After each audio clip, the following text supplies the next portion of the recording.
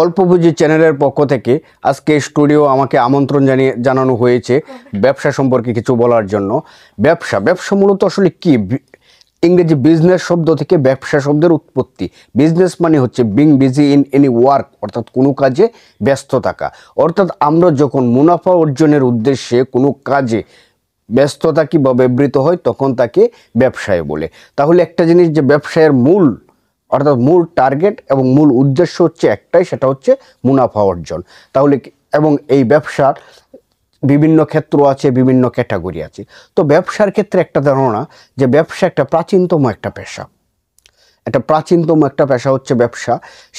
যে পৃথিবীর ইতিহাসে দেখা যায় যে জাতি ব্যবসায়ের মাঝে বেশি অধিক পরিমাণ আগ্রহী হয়েছে বা অংশগ্রহণ করেছে, তাদের আর্থিক অবস্থা এবং স্বাবলম্বিতা এবং তাদের যে বিশ্ব নেতৃত্বের হার তাদের অত্যাধিক বেশি।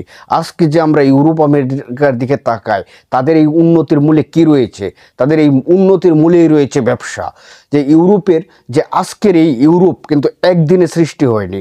যে ইউরোপ যখন নিজেদের ভিতর গৃহযুদ্ধে যখন আবদ্ধ ছিল, তখন তাদের অবস্থা এশিয়া এবং আফ্রিকার দেশগুলোর চেয়েও শোচনীয় ছিল।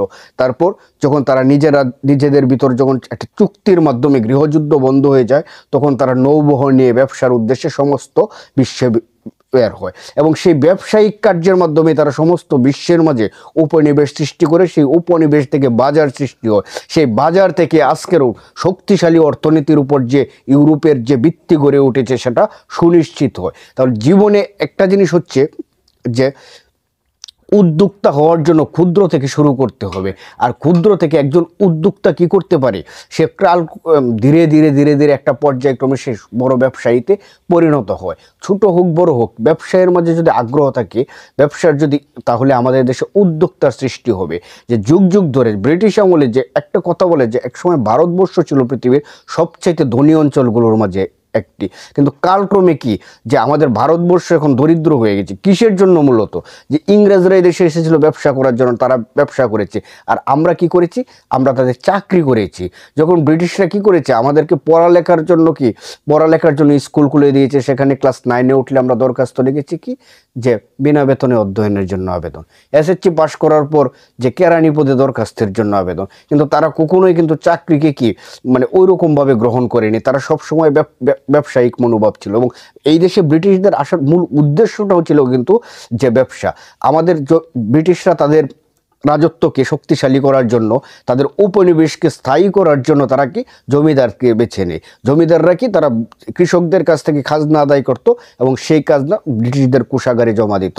তৎসময়ে কোনো জমিদারি তার বুকবিলাস এবং আরাম আয়েশের জীবন ছেড়ে কখনোই ব্যবসার দিকে ঝুঁকেনি, কারণ তাদের ইনকামটা কি সুনিশ্চিত ছিল এবং তারা ব্রিটিশ রাজ্যের একটা শক্তিশালী স্তম্ভ হিসাবে তারা বিবেচনা করা হতো।